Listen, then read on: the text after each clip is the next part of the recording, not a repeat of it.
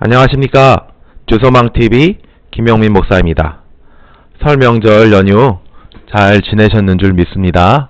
설 명절에는 방송을 못했는데요.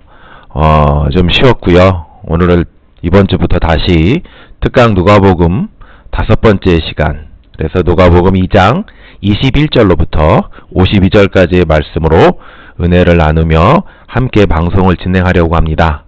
많은 믿음의 동역자님들이 함께 해주시고 우리 강의와 또 방송에 함께 해주시기를 바랍니다.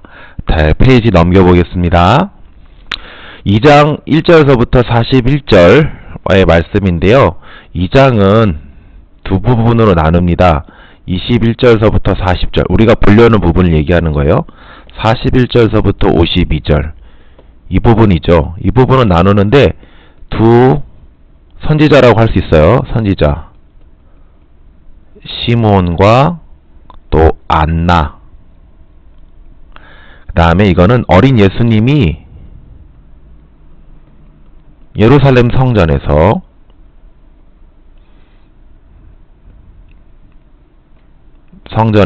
잃어버렸던, 그러니까 이때 주의 부모님께서 예루살렘 성전에 계신 예수님과의 대화, 이 두 부분으로 나누게 됩니다.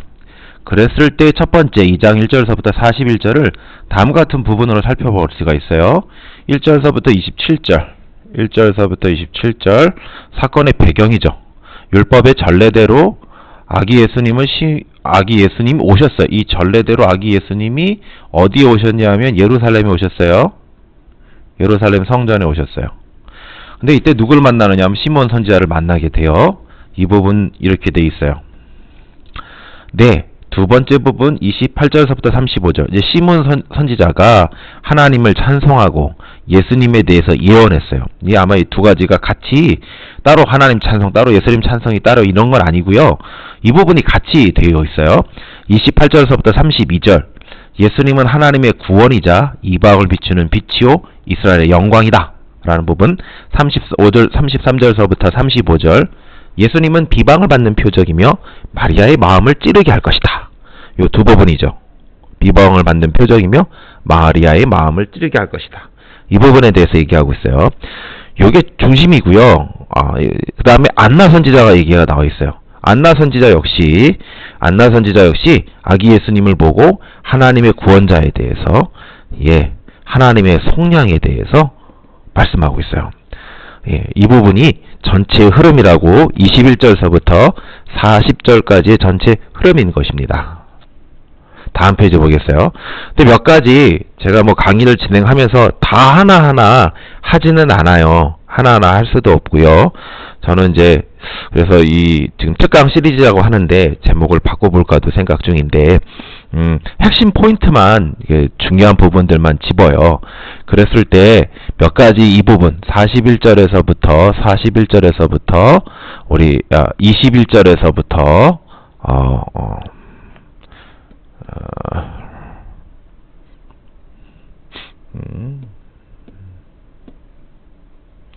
21절에서부터 40절까지 있는 말씀 중에 몇 가지 포인트를 좀 집어볼까 해요. 첫 번째, 성취되었던 율법의 요구예요.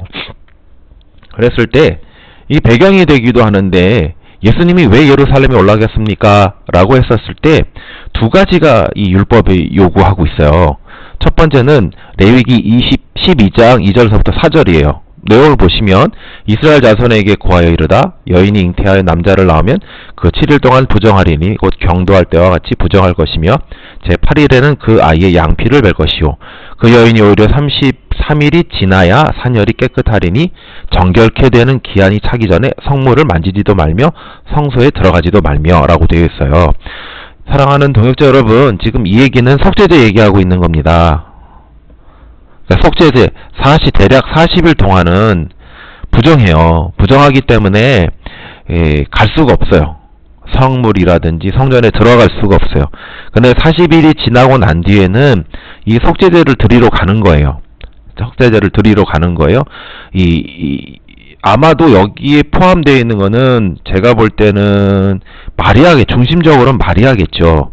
그러나 해산을 도왔던 요셉도 마찬가지가 아니었을까? 이런 생각이 들어요. 이런 율법의 요구, 40일이 지나서 정결케 되기 위해서 속죄제를 드려야 된다는 율법의 요구를 지금 지키기 위해서 예루살렘으로 가고 있는 거죠. 두 번째 요구, 동그라미 2번, 민수기 18장 15절서부터 16절이에요. 이건 예수님에 관한 것이죠. 아기 예수님에 관한 것입니다. 자, 읽어볼게요. 여호와께 드리는 모든 생물에 처음 난 것은 사람이나 짐승이나 다 내 것이 아니요? 아니 내 것이로되 사람이 처음 난 것은 반드시 대속할 것이요 부정한 징벌에 처음 난 것도 대속할 것이며 사람이 속할 때에 난 지 1개월 이후에 내가 정한 대로 성소 세겔을 따라 은 5세겔로 속하라 라는 거죠.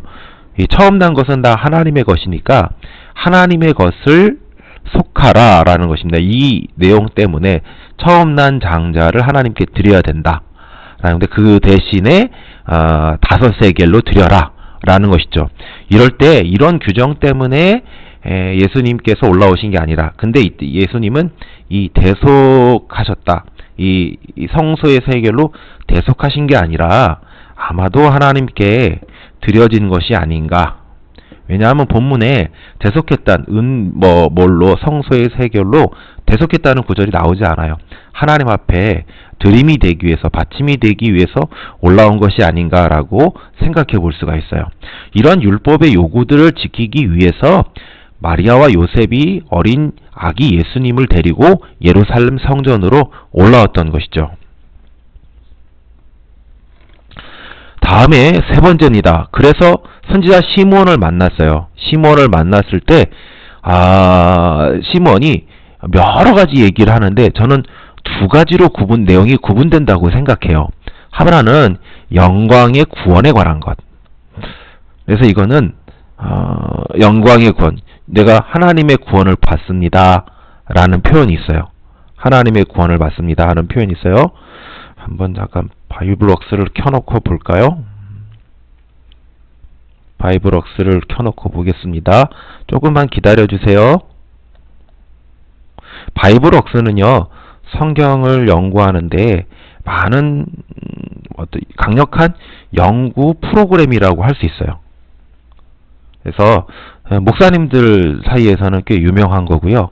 잘 쓰시는 분들도, 목사님들 중에서도 잘 쓰시는 분들이 꽤 있어요. 여기 한번 볼게요. 누가복음 2장. 네, 여기 보세요. 20절부터 보시면 예루살렘 성전에 시므온이라는 사람이 있지요. 시므온이라는 사람이 있어요. 이럴 때 어떻게 하고 있어요? 쭉쭉 보시면 여기 이제 시므온의 말이 나와요. 요 부분이겠죠? 요 부분. 내 눈이 주의 구원을 보았사오니 이는 만민 앞에 예비하신 것이요 이방을 비추는 빛이요 주의 백성 이스라엘의 영광입니다 라는 거죠. 요런 부분이에요. 요런 부분 했을 때 구원은 만민이죠. 그러니까 이스라엘뿐만 아니라 모든 이방 민족을 포함하는 거예요. 그럴 때 이 구원이 두 가지로 나누죠. 하나는 이방은 이방을 비추는 빛이에요. 그리고 하나는 주의 백성, 이스라엘 백성이겠죠. 이스라엘 백성의 영광이에요. 예, 하나님의 구원이 이 어린 아기 예수님을 보면서 시므온은 본 거예요. 시므온은 본 거예요. 그 구원은 만민을 위해서. 그러니까 이거는 온 세상의 관점도 되고 저는 오히려 창조의 관점이라고 생각하는데, 하나님이 천지를 창조하시고 그 창조가 죄로 인해서 타락 혹은 훼손되었을 때 하나님이 그 창조 타락으로 인해서 훼손되었던 모든 만방과 세계를 구원하시는 거죠. 그런 차원에서 만민이라고 볼 수 있어요. 만민에 예비하신 거예요. 중요한 건 또 예비죠. 그 예비도 이거는 사람들이 예비할 수 있는 게 아니에요. 하나님이 예비하신 거예요. 이거는 이 예비라는 것은 주권, 하나님의 주권이라는 의미가 강하게 내포되어 있어요. 두 번째로 이것이 이 예비된 하나님의 구원의 계획, 주권적으로 계획된 구원의 계획이 어떻게 되느냐, 이 어린 아기 예수 그리스도를 통하여 나타났는데 그것은 이방에 비추는 빛이에요. 그리고 하나님의 백성의 영광이에요. 하나님의 능력과 힘과 존귀와 위엄이 하나님 되심이 드러난 것이고 그것은 다만 이스라엘 백성에게만 있는 게 아니라 이스라엘을 통하여 모든 이방에게 드러나는 거예요. 빛이 마치 사방에 드러나듯이.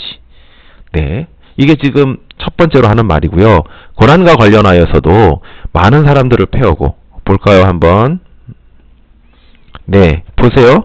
내 칼이 찌르는 듯 34절서부터 이스라엘 중 많은 사람이 패하고 흥함을 위하여 비방을 받는 표적.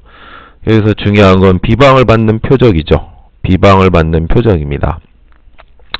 그리고 또 내 칼이 내 마음을 찌르는 듯하리라. 이는 여러 사람의 생각을 드러내려 함이라 라는 부분입니다. 이게 이제 이 고난과 관련하여 라는 거죠. 이 부분을 저는 결국은 먼저 얘기하자면 십자가의 고난을 말하고 있는 것이다 라는 것이죠. 많은 사람들을 흥하고 패하게 하는 비방을 받는 표적.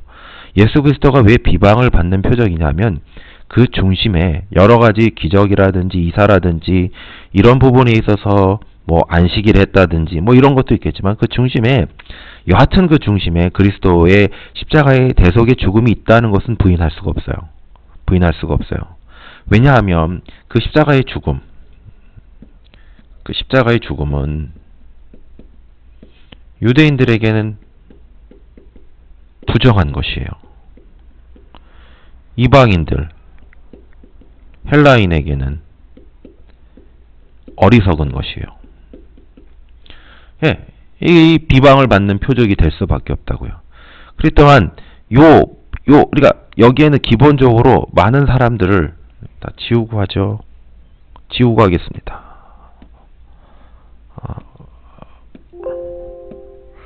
많은 사람들을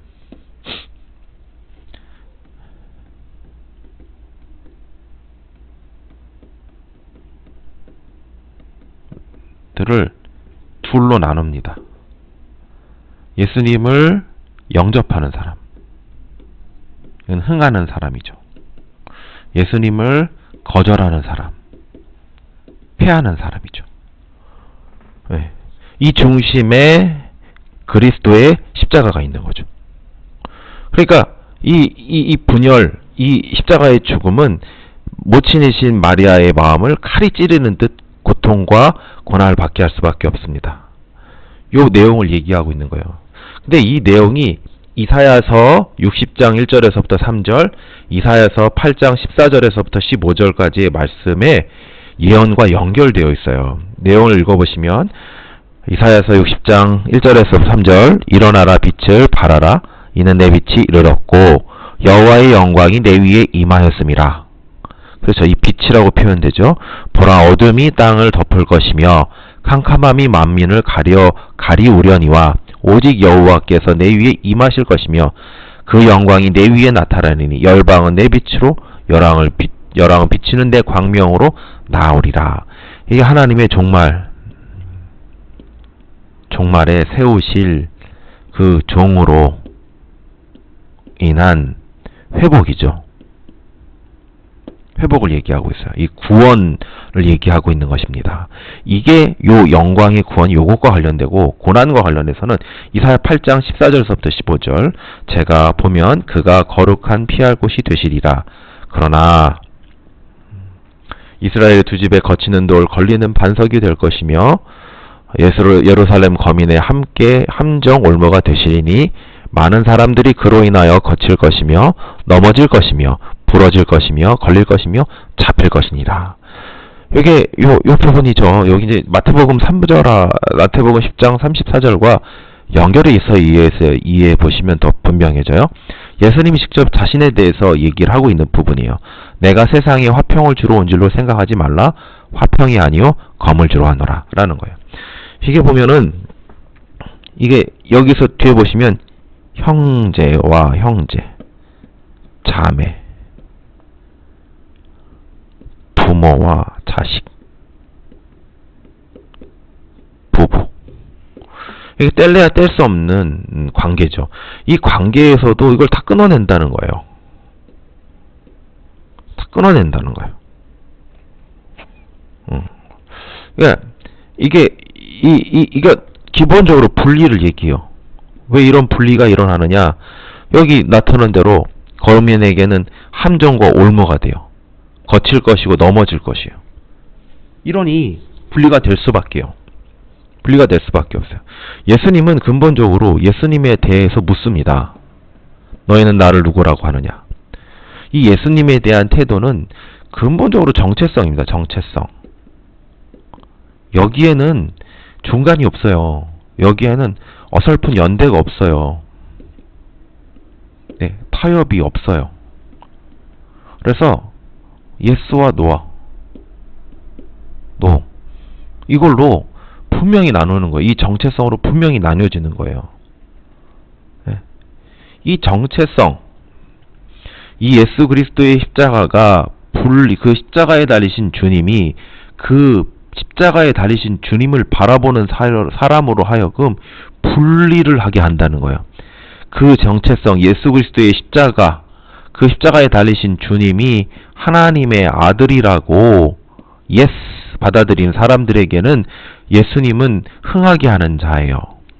구원을 주시는 자예요. 반대로 하나님의 아들이라고 믿지 않는 자에, 노하는 자에게는 패하게 하는 자예요. 또 심판을 주시는 자예요. 지금 이 얘기하고 있는 거예요. 시므온이 바라보고 있는 것은 그것을 얘기하고 있어요. 네. 지금 선지자 안나도 이제 네 번째로 넘어와요. 요걸 넘어가고 한 꼭지를 넘어가려고 하는데 안나는요 되게 짧게 나와요. 되게 짧게 나옵니다. 안나가 짧게 나와요. 여기 보시면 36절서부터 아셀 지파 비누엘의 딸 안나라는 선지자가 있어 나이가 매우 늙었더라. 그가 출가한 7급 동안 남편과 함께 살다가 과부된 지 84년이라 이 사람은 성전을 떠나지 아니하고 주야에 금식하고 기도함으로 섬기더니 마침 이때 나와서 하나님께 감사하고 예루살렘의 구속됨을 바라는 모든 사람의 이야기에 대해서 말하니라 라고 되어 있어요. 이 부분 되게 짧게 나오죠. 왜냐하면 제가 볼 땐 요 부분의 내용과 이 내용은 거의 똑같은 내용이에요. 근데 이 부분을 되게 간략하게 기록하죠. 그렇게 생각되어져요. 근데 여기서 주목해 볼 것은 이 선지자 안나가 여자라는 점. 그러니까 남녀노소 불구한다라는 점이 있어요. 특별히 이 누가복음에서는 소외되었던 여인에 대해서도 굉장히 주목하고 있는 성경 책이 있다면 바로 이 누가복음이거든요. 사도행전이나 누가복음일 거예요. 그 안나에 대해서 했던 내용 중에 우리가 봐야 될 것은 하나님의 속량이라는 내용이에요. 속량이라는 단어는 어디에 나오느냐? 여기 38절에 구속이란 말이 속량이에요. 38절을 볼까요? 38절을 한번 볼게요. 여기 보시면 구속됨이 나오죠? 구속됨이 나오는데 요게 헬라어로 나오는 구속입니다. 아유, 잘못 내었네요. 근데 뭐라고 지금 이 사전이 뜨냐 하면, 렉시콘이 뜨냐 하면, 여기 나오죠? 여기, 이, ransoming, redemption, 이렇게 나옵니다. 이게 뭐냐 하면, 여기 프리버그, 내용을 한번 볼까요? 이 프리버그의 내용을 한번 보겠습니다. 프리버그의 내용을 한번 볼게요. 이거예요. 이게 보시면, 어떤 행위냐면, 능동적으로, 이렇게, 랜섬은 그, 대가입니다. 대가. 혹은, 포로를 풀어주기 위한 몸값으로도 해석할 수 있어요. 번역할 수 있어요. 몸값을 지불해주고, 노예나, 이건 노예고요. 이거는 포로예요. 포로를 자유롭게 해주는 거예요. 넘어가서요. 그러니까, 하나님의 속량, 예수 그리스도는 하나님의 속량인데, 구속인데, 하나님이 예수 그리스도를 통해서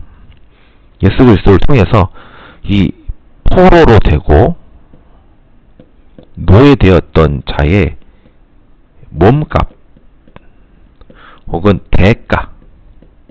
대가를 지불하고 자유를 주는 행위예요. 누가? 어린 아기이신 예수 그리스도가. 요것과 이제 뒤에 가면 또 뭐가 연결되냐면 이 6월절 절기가 나와요. 요 부분 한번 봅시다. 요런 내용들이 지금 시므온과 안나를 통해서 어린 아기 예수를 바라봤던 두 명의 선지자, 두 명의 증인들이 얘기를 해주고 있는 거예요. 다음 페이지. 요거 하나 더 할게요. 저는 이제 두 명의 선지자가 나오는 게 이 유대 전통과 관련이 깊다고 생각해요. 성경에 나와 있던 대로 증인은 한 명의 증인으로는 법적인 효력이 없어요. 그러니까 증인이 2명 이상 돼야 됩니다. 그러니까 지금 이 증인을 일부러 2명을 두고 있는 거죠. 그래서 이 증인들의 증거, 그 증거가 일치함, 그리고 그 증인들의 증거가 효력 있음을 보여주고 있는 거예요. 이게 21절에서부터 40절까지의 내용이에요. 다음 페이지 넘기고요. 다음 페이지 좀 되게 간략하게 할 거예요. 그리고 전체를 말게요. 다음은요, 이 41절에서부터 52절까지인데요. 이건 주의 부모께서 어린 예수님을 잊어버리셨는데 다시 예루살렘 성전에서 찾으신 내용이에요. 그게 꽤 길게 나오는데 중심은 여기 이 부분이에요. 중심은 이 부분이에요. 예수님 잃어버렸어요. 왜 예수님 잃어버렸는가? 이 부분 이렇게 볼 수 있어요. 많은 분들이 절기를 따라서 이 안전 때문에 친지들이 때를 이루어서 예루살렘에 올라가요. 그러니까 이 예루살렘에 올라가다가 잘 올라갔어요. 그리고 제사라든지 이런 걸 다 잘 드렸겠죠. 그리고 이 주의 부모인 마셉이래요. 요셉과 마리아는 아마 친족 중에 같은 또래 중에 있었는 줄로 알았을 거예요. 그리고 돌아오다가 하룻길을 돌아왔는데 이제 자야 되는 어떤 시점이 되니까 찾아보니까 없는 거예요. 그래서 다시 예루살렘으로 돌아가는 거죠. 그 다음에 이제 가서 이제 찾았더니 41절서부터 52절 찾았더니 예수님이 성전에서 여러 유대 선생님들과 문답을 하고 계시고 듣고 계시고 또 지혜롭게 답변을 하고 있었던 거예요. 그래서 그 선생님들은 그 지혜와 답변에 놀랍다라고 표현하고, 이 부모님들이 야 너 어디 있었냐, 왜 이렇게 애를 태우느냐, 이런 식의 반응을 하니까 예수님께서 내가 내 아버지의 집에 있어야 될 것을 모르셨습니까? 이렇게 얘기하시는 거예요. 그 다음에 이제 52절서부터 예수님이 사람과 하나님 앞에서 지혜롭게 지혜가 성장하고 키가 자라고 사랑스러워 가신다라는 내용이 52절로 마무리를 하고 있는 거죠. 다음 페이지 보겠습니다. 이게 기본의 내용이라고요. 이제 여기서는 저는 크게 두 가지를 얘기하고 싶은 거예요. 다른 여러 가지가 있겠지만, 그러니까 개연적으로 예수님을 그렇게 한 12살 정도 된 예수님을 잊어버릴 수 있는가 하는 건 충분히 그럴 수 있다라고 보는데, 여기서 이런 것들보다는 이 예수님에 대해서 나누는 것들 중에 전 두 가지 정도를 주목해서 봐야 된다라는 거죠. 지혜를 언급했다는 거예요. 지혜. 예수님 지혜. 40절, 47, 52절. 다음에 볼게요. 여기 한번 볼게요. 지혜를 보십시오. 여기 40절에도 보면 지혜가 있죠. 지혜가 있어요. 지혜가. 다음에 47절 한번 볼까요? 그 지혜가 있죠. 그 다음에 52절에서도 그 지혜가 있어요. 그리고 사실 49절서부터 이 예수님의 부모와 예수님과의 대화에서도 깨닫지 못하였더라, 알지 못하나이까, 이런 부분에서도 지혜가 돋보이는 부분이에요. 이런 대화에서도. 근데 이 지혜가 뭐냐 했었을 때 성경에서는 잠언 9장 10절 여호와를 경외하는 것이 지혜의 근본이요 거룩하신 자를 아는 것이 명철이니라 라고 대답하고 있어요. 가르쳐주고 있어요. 지혜는 하나님과 연결돼요. 심지어 성령 하나님께서는 지혜의 영이세요. 성령 하나님 지혜의 영인데 뭘 아시냐? 모든 걸 아시지만 하나님의 모든 것을 아세요. 그러니까 지혜롭다 했었을 때 하나님을 아는 거예요. 하나님을 아는 거. 예수님은 지혜로우신 분이 어떤 지혜가 있냐? 하나님을 아는 거예요. 하나님을 알고 자기를 아는 거예요. 지금 그래서 이 연결되는데 하나님을 뭘로 인식하고 있느냐? 바로 나의 아버지로 인식하고 있는 거예요. 우리의 아버지나 이 성도들 혹은 그러니까 하나님의 백성의 차원에서 하나님을 아버지라고 부르는 것과는 달라요. 그리고 창조주로서의 하나님을 아버지로 부르는 것과 달라요. 나의 아버지. 아주 독특한 단어를 가지고 있어요. 그러니까 지금 하나님을 자신의 아버지로서 특별한 관계를 가지고 있다라는 것을 이 어린 예수님이 자신의 양친 마리아와 요셉에게 밝혀주고 있는 부분입니다. 이 부분에 대해서 지금 언급을 해주고 있는 겁니다. 그래서 이제 이런 거죠. 그러니까 정리하는 거예요. 예수님이 누군가 했었을 때 뒤에 좀 나와 있겠네요. 한번 볼게요. 결론이죠. 예수님이 누군가 메시아인데 메시아 되시면 어떻게 하는가? 천사들이 증언하죠. 그리고 그 천사들에 대해서 목자들이 증언해요. 다음에 두 선지자의 증언이 있어요. 예수님의 자기 증언이 있어요. 이런 증언들 통해서 예수님이 바로 메시아가 되신다라는 것을 아는 거예요.